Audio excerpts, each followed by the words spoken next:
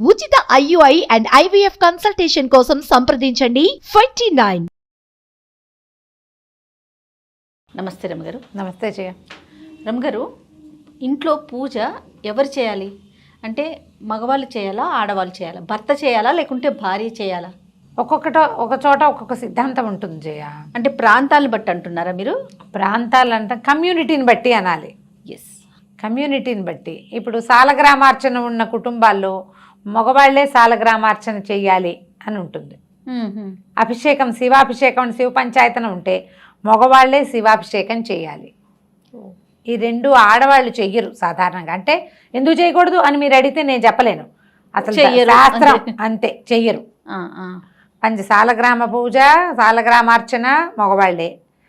శివ పంచాయతనం, అభిషేకము, శివాభిషేకం, రుద్రము, నమ్మకం, చమకాలు అన్నీ మగవాళ్లే. ఆడవాళ్ళు పూజకి పరిచర్య చేయటమే పూర్వపు విధానం.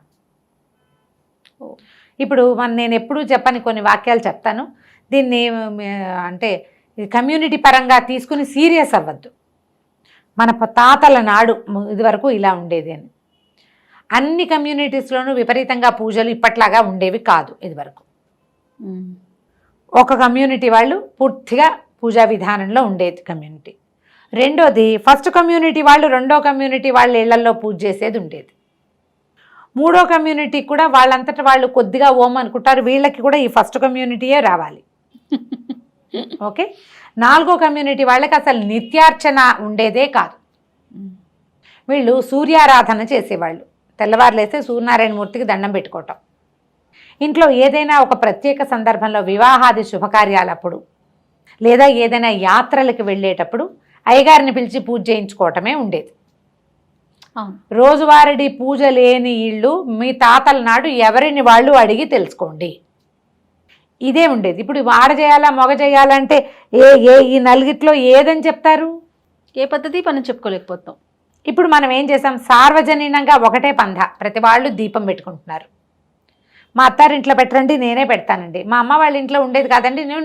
మనకి ఇప్పుడు సోషల్ మీడియా విపరీతంగా అయ్యి బోలెడన్ని విషయాలు తెలుసుకుని ఇది మంచిదని, దీనివల్ల ఒక పాజిటివిటీ ఉంటుందని, ఒక ఎనర్జీ ఉన్నా లేకపోయినా మంచి విషయం కాబట్టి మన ఇళ్లలో ఉన్నా లేకపోయినా, మన తాత మా అమ్మ చేసినా చేయకపోయినా మనం కొన్నిటిని, ఆ తర్వాత పూజా పునస్కారం ఉండే ఇళ్ల వాళ్ళు కూడా హిందీ దేవుళ్ళ పూజలు, హిందీ ప్రాంతాల్లో జరిగేవి, అక్కడ ఇక్కడ జరిగేవి రకరకాల పూజల్ని, వేరే ప్రాంతం నుంచి వచ్చిన దేవతా పూజా విధానాలని కూడా మనం అలవర్చుకున్నాం. ఇదంతా సార్వజనీన వ్యవహారం అయిపోయింది. ఇప్పుడు ఇందులో ఒకళ్ళని అనడము, ఇంకొకళ్ళకి చెప్పటము ఏం లేదు. ఇప్పుడు మగవాళ్లే చేయాలా ఆడవాళ్లే చేయాలంటే మీ ఇంట్లో వాళ్ళు ఎవరో, నేను మా లావి చెప్తుంటుంది, క్లినిక్ వచ్చి ఈయన వంట చేసి వస్తారా అని అడిగారట ఆవిడ, సార్ గురించి, డాక్టర్ గారి గురించి. ఆయన వంట చేయటం ఏంటండి భలేవారు అని మా లావి అనగానే, అదేంటి బ్రాహ్మణులలో మగాళ్లే వంట చేస్తారు, ఈయన వంట చేసి వస్తుంటాడు, ఆయన వంట చేసి క్లినిక్ వస్తాడని ఆవిడెవరో చెప్తున్నారు. బ్రాహ్మణులలో మగవాళ్లే వంట చేస్తారని ఒకళ్ళ సిద్ధాంతం అంట. ఏమో నాకు తెలీదు, మా తాతగారు వంట చేయటం కానీ నేను ఎప్పుడు చూడలేదు, నాకు తెలీదు. ఆవిడ ఎక్కడ విన్నారో ఏం ఇప్పుడు అది ఇప్పుడు లేదు కదా. బహుశా మడులు ఆచారాలు అట్లా ఉన్నప్పుడు ఎవరు లేకపోతే సహాయం చేసేవారేమో, వాళ్ళే చేసుకునే వాళ్ళేమో. నేను ఇప్పుడు ఒక డాక్టర్ రోజు బిజీగా ఉండే ఆయన ఇంట్లో వంట చేసి వస్తాడంటే ఏం చెప్తాను? ఈ రోజులకు సాధ్యమా రమగారు? అది బ్రాహ్మణులలో మగవాళ్లే వంట చేస్తారు అనే సిద్ధాంతం ఎంత పొరపాటు, ఎంత పిచ్చి ఆలోచన, అది ఒక మీనింగ్లెస్ ఆలోచన కదా. అది ఎవరిల్లైతే ఏంటండి వంట చేయటానికి, నిజంగా ఆడ మనిషికి కుదరకపోతే అది ఎవరైనా చేయాలి, ఎవరైనా చేస్తారు. అదో పెద్ద తప్పు కాదు, ఇది కాదు. ఈ సిద్ధాంతాలు లేవు కదా, దానికి లేనంటే ఇక దేనికి లేవు. మా ఇంట్లో పూజ, వారి పూజ వారిదే, నా పూజ నాదే. అభిషేకాలు అవి నేను చేయను, ఆయనే చేసుకుంటారు. దానికి కావాల్సిన వస్తువులు అందిస్తాను అంతే. నా పూజ నేను చేసుకుంటా. లక్ష్మీ పూజ చేస్తాం, నిత్య గౌరీ పూజ చేసుకుంటారు ఆడవాళ్ళు, లక్ష్మీ పూజ చేసుకుంటాం. ఈ పూజ అంటే దేవతార్చన ఉంటే వాళ్ళ ఇంట్లో, ఆ దేవతార్చనని తొలిగా సేవించవలసిన వాళ్ళు మగవాళ్ళే. సాధారణ దేవతార్చనలే ఉంటాయి. అయితే సాలగ్రామార్చన ఉండాలి, లేదా పంచాయతనం, శివ పంచాయతనం కానీ విష్ణు పంచాయతనం కానీ ఉంటాయి. ఇవి రెండూ కాకుండా దేవి పంచాయతనం ఉండే ఇళ్ళు కూడా కొన్ని మనకు కనపడతాయి. తక్కువ ఉంటారు కానీ ఉంటాయి. ఇప్పుడు ఆడవాళ్లే విపరీతంగా పూజలు చేయటం మనం చూస్తాం. ఆడవాళ్లే చేయటం అంటే ఇది మొదటి కాలంలో ముందు రోజుల్లో మగవాళ్లే చేసేవాళ్ళు. వాళ్ళ సంధ్యావందనం చేసుకుని ఒకవేళ ఉంటే వాళ్ళ విధానంలో సంధ్యవార్చుకోవటం, సంధ్యావందనం చేశాక ఇంట్లో ఉన్న దేవతార్చన విధిగా వాళ్ళు అర్చించాక ఆడవాళ్ళు తమ పూజ చేసుకునేవాళ్ళు. ఆడవాళ్ళకి వ్రతాలు, నోములు, నియమాలు ఉండేవి. మగవారికి నిత్య పూజా విధానం నిత్య ఉండేది. పూజ ఉండేది. వాళ్ళ పద్ధతి ప్రకారం వాళ్ళు ఆ ఇంట్లో ఉన్న విధానం ఇళ్లల్లో ఉన్నది. మీరు పాత కథలు 50 ఏళ్ల నాటి కథలు తీసుకుంటే పువ్వు ముక్క పడేసి ఫలితం గురించి లేచారు. మాట్లాడుకుంటే ఎట్లా రమ్మగారు? దేని ఫలితం? అంటే ఎవరు చేస్తే ఎక్కువగా ఫలితం ఉంటుంది అనే విషయం కనుక చర్చకు వస్తే కనుక మీ ఇంట్లో వంట చేశారు, మీ అందరికీ బలం వస్తుందా? తిన్నవాళ్ళకే వస్తుందా జయ? అందరికీ వస్తుందండి. ఎలా వస్తుంది? మీ ఇంట్లో వంట చేసి పెట్టి మీ ఆయన బయట తింటే చెప్పు. బయట తింటే ఎలా సాధ్యం? అది పాయింట్ చూసావా? ఎవరు వంట చేసినా భోజనం ఎవడు చేస్తే వాడికి ఫలితం వస్తుంది. అంతే. వంటతోటి రాదు అది. మీ ఆహా. ఇంట్లో పూజా విధానం పెద్ద పెద్ద పంచాయతనం ఉంటే కాదు, పూజ ఎవరు చేస్తే వాడికి ఫలితం అమ్మా. మీ ఆయన తినకపోతేనో నువ్వు ఉపవాసం చేస్తేనో నీకు బలం రాదు కదా. ఆయన తినాలి, నువ్వు తినాలి, పిల్ల తినాలి, అమ్మ తినాలి, ఎవరు తింటే నలుగురికి. వారికి బలం. అంతేనా? పూజ కూడా అంతే. అంతేనా రమ్మగారు? 100%. నువ్వు పూజ చేస్తే నీకు పూజకు ఫలితం. నువ్వు ఏం ఉద్దేశించి చేసావు? కుటుంబాన్ని ఉద్దేశించి చేసాం, ప్రపంచాన్ని ఉద్దేశించి చేసాం, తాపీగా ఫలితం లభిస్తుంది. పూజించిన విధానము వీళ్ళకే కదా వచ్చేది జయ. ఓకే. అది సహజంగా. ఇప్పుడు మన పూజలో ఏం చదువుకుంటామో చెప్పుకుంటారనుకో, గోత్రము, నామము, ప్రవర్ చెప్తారు. చెప్తే మన ఏమిటి ఇంట్లో ధనధాన సమృద్ధ్యర్థం, పుత్రపౌత్రాభివృద్ధ్యర్థం, ఆరోగ్యాభివృద్ధ్యర్థం, ధర్మార్థ కామోక్ష చతుర్విధ ఫల పురుషార్థ సిద్ధ్యర్థం ఇవన్నీ చెప్పుకుంటాం. ఈ సిద్ధులన్నీ నీతో పాటు నీ ఇంటిల్లిపాదికి లభిస్తుంది. ఆడవాళ్ళు బాగా పూజ చేసుకుని మగవాళ్ళు తాగి తందనాలాడి దేవుడికి దండం కూడా పెట్టకపోతే అయినా సరే వాడికి ఏదో మేలు వనగొడుతుందని ఏమనుకోదు. వాళ్ళకి జరగాల్సిన చెడ్డ వాళ్ళకి జరుగుతుంది. అయితే ఈ ఆడవాళ్ళ పూజా ఫలితం బాగుంటే కనుక ఆవిడకి 5వ తనం ఉంటుంది.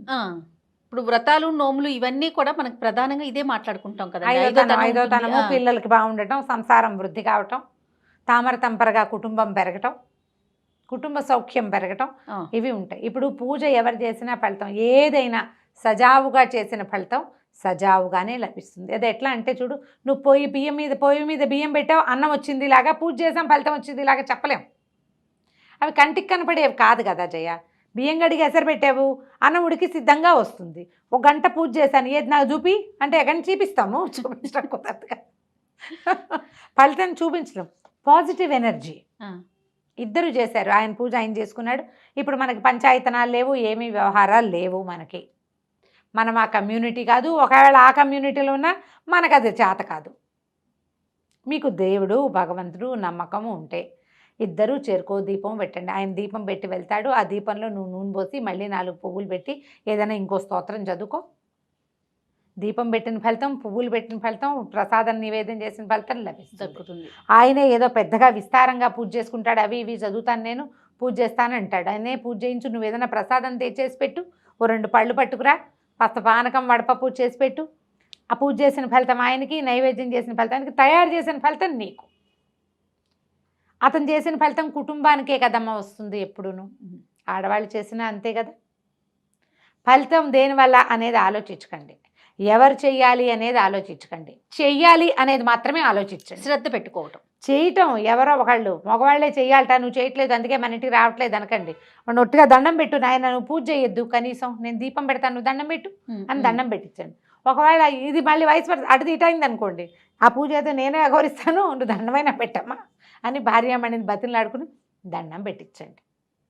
ఒక దేవతార్చన, ఒక ప్లేసు, ఒక దేవుడి కోసం ఒక గూడు, దాన్ని శుభ్రంగా ఉంచటం, దాన్ని పరిశుద్ధంగా ఉంచుకోవటం, ఓ బొట్టు పసుపు పెట్టడం, ఓ దేవుడి ప్రతిమ, ఒక ఫోటోను ఏదైనా ఒకటి పెట్టుకోవటం. నువ్వు 100 ప్రతిమలు చేర్చినా ప్రయోజనం లేదు. దండం పెట్టాలి, మొదట శ్రద్ధ పెట్టాలి. అది ఆడబెట్టినా మగపెట్టినా కుటుంబానికి మంచిది. నువ్వు దండం పెడతావు, నువ్వు రోజు దీపారాధన చేస్తావు, చెయ్యవు, శుభ్రంగా ఒక క్యాలెండర్ రాముల వారిది అక్కడ పెడతావు. టీటీడీ వాళ్ళ క్యాలెండర్లు 100 రూపాయలకి తిరుమల వెళ్తే కొనుక్కోవచ్చు, 100కో 200కో. అది తెచ్చుకుంటే నెల మార్చుకుంటే వెంకటేశ్వర స్వామి లక్షణమైన దర్శనాలు ఇస్తాడు అందమైన ఫోటోల్లో. అగరబత్తులు చూపించు, రోజు దీపం పెట్టం. మీ ఇంటా వంట లేదు, నీకంత ఓపిక లేదు, శ్రద్ధ లేదు, చేత కాదు. ఈ గోలంతా ఎందుకు? శుభ్రంగా అంబికా దర్బార్ బత్తి తెచ్చిపెట్టుకో, రోజు దండం పెట్టి ఎక్కడికైనా వెళ్ళేటప్పుడు ఒక అగరబత్తి చూపించి దండం పెట్టు. సాయంకాలం ఇంటికి వచ్చావు, కాళ్ళు చేతులు మొహం కడుక్కో, పొద్దునుంచి వేసుకున్న బట్టలు మార్చుకో, మళ్ళీ ఓ దండం పెట్టు, ఇంట్లో లైట్ వేసుకుని ఒక అగరబత్తి చూపించు. పూజ అమ్మ ఫలితం ఇస్తుంది అది. నువ్వు గంటన్నర చేసినా ఎలాంటిది వస్తుందో 5 నిమిషాలు చేసిన క్రియ ఉంది చూసావా నీ శ్రద్ధ, అది ఫలితాన్ని ఇస్తుంది. 1,00,000 సార్లు ఈ మాట చెప్పుంటాను నేను. అవును రమ్య గారు. శ్రద్ధ అది అవసరం. అది నువ్వు గంట చెయ్యి, 2 నిమిషాలు చెయ్యి, ఈ రెండిట్లోనూ నీకు కావాల్సింది సమయం కాదు, శ్రద్ధ, మనస్సు. నీ మతి భగవంతుడి మీద నువ్వు ఎంత నిలిపావు, ఎంత నమ్మావు అనే దాని మీదే ఆధారపడి ఉంటుంది. ఎవరు చేసినా పర్వాలేదు, ఎవరో ఒకళ్ళు అసలు చెయ్యండి అమ్మా ముందు. అది. నమస్తే రమ్య గారు. నమస్తే.